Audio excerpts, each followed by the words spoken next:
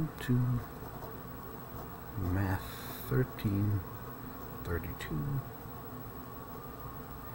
video lesson, Chapter 3, Section 3.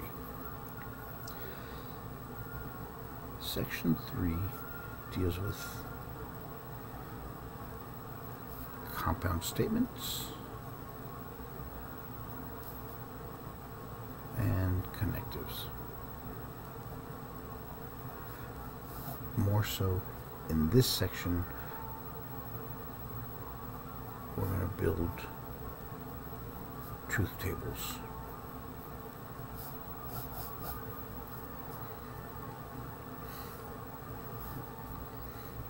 What truth tables do is it is a way of classifying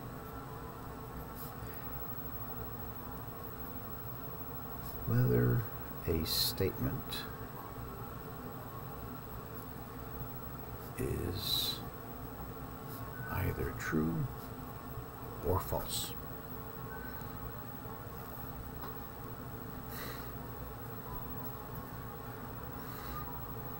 And I'm going to show you what these all mean.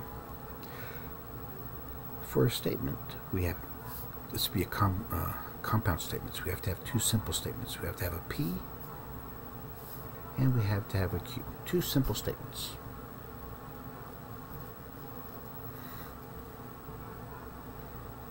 So the first one we're talking about are negation. So if we have true, so this is our statement P. This P can be either true or false. The negation of P is just the opposite. So the negation of true is false, negation of false is true. Remember, negation changes the sign, the validity of a statement.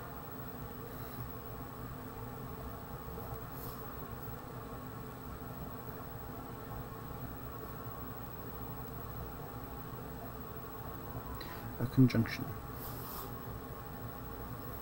This is the AND statement.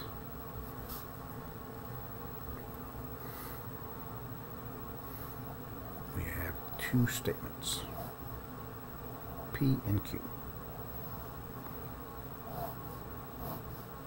What we have to do is we have to determine P and Q, the AND statement. So what we have to do first, we have to look at all the possibilities of two statements being true or false. They could both be true. The first one true, second one false. The first one false, the second one true. Or they could both be true.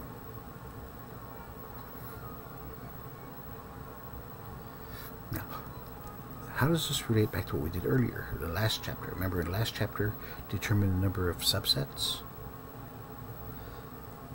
Number of subsets was 2 to the power n, where n is the number of elements that we had. Works the same way here. N represents the number of statements. This tells us how many rows we need. Since we have P and Q, N is 2, 2 to the power 2, we need 4 rows, 1, 2, 3, 4. If we had 3 numbers, or 3 letters, P, Q, R, we'd have to have 8 rows. Now the question is now, what are these values for the P and R? Before we continue that, let me show you what this, in a way, easy way to remember these. Say we have a pipe, just one simple pipe. And in this pipe, we have some shutoff valves. Here's the first one. And here's the second one. These are shut-off valves.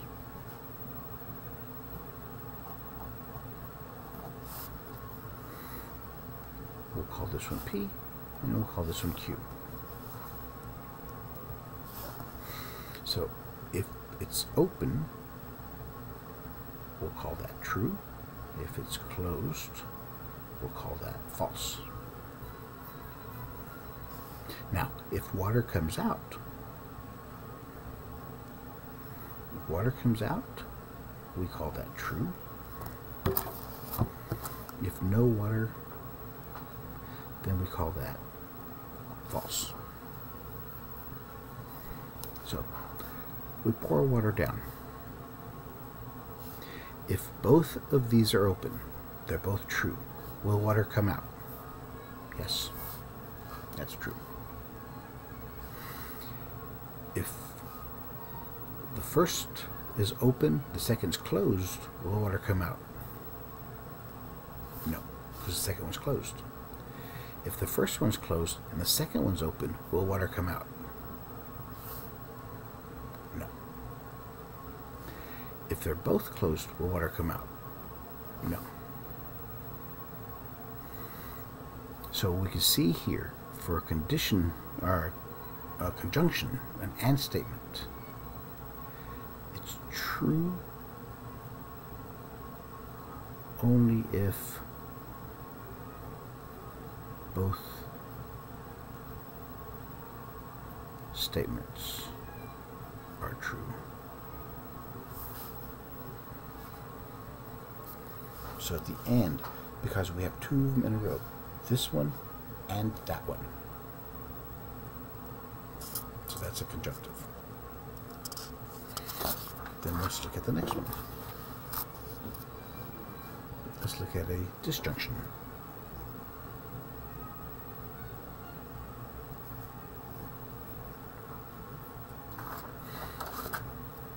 Disjunction is the or statement. Again, we'll do the same thing, number of rows we have. We have two elements, P and Q. We're going to do an or statement. How many rows do we need? Two elements. We need 4 rows. Let's look at all possible outcomes. True, true. True, false. False, true. False, false. Now for the or, this one's just a little bit different.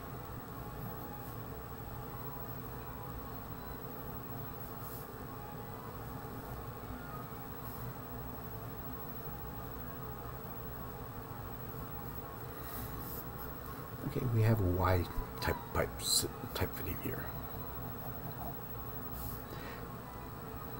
And on one of these pipes, we have a shut-off valve. We call that P. And on the other one, we have a shut-off valve. We'll call that one Q. Same as last time. Open is true. Closed is false. Water coming out is true. No water is false.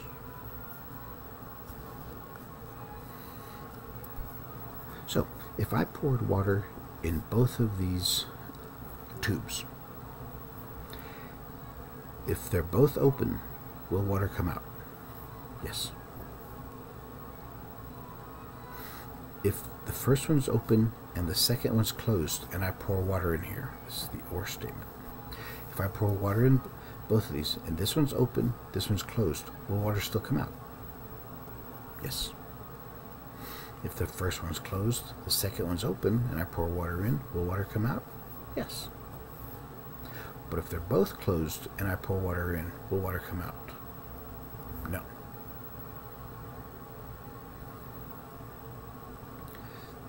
For the or statement, as long as either statement is true.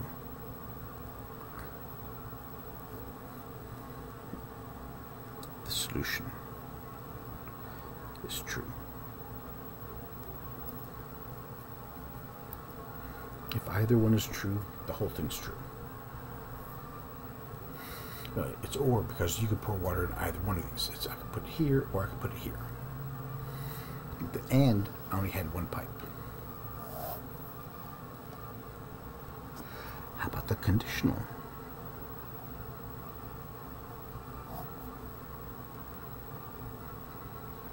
The if-then statement.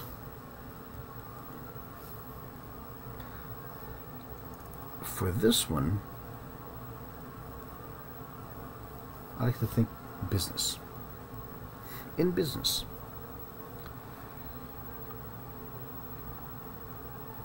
as long as you stay even or go up,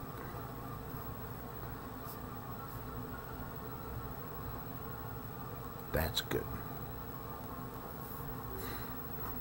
In business, as long as you break even or go or increase or get more money, that's good. The only thing bad in business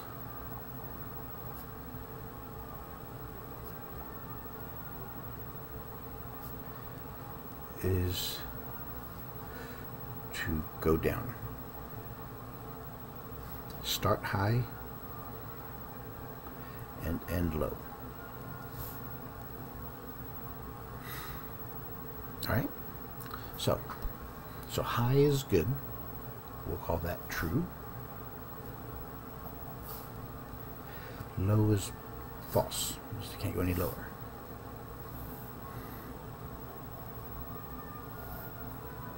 We have two statements. We're going to do a conditional. P, then Q. Again, we have two, so there's four rows. Again, we have true, true, true, false, false, true, false, false. Remember this. So, the only way it's bad is if you go from high to low. If I go from true to true, I didn't lose anything. As long as I stay even or go up, I good. So that's good. Good is true. Bad is false. So true to true is good. False to false is good. If I go here and end here, if I'm going down, that's no good. That's bad. I'm losing ground. But if I start here and end here, that's good. So there's the truth table for a conditional statement. True's good, false bad. True, good. So I start here. As long as I keep ground or increase, I'm doing good. The only time it's bad is if I'm going down.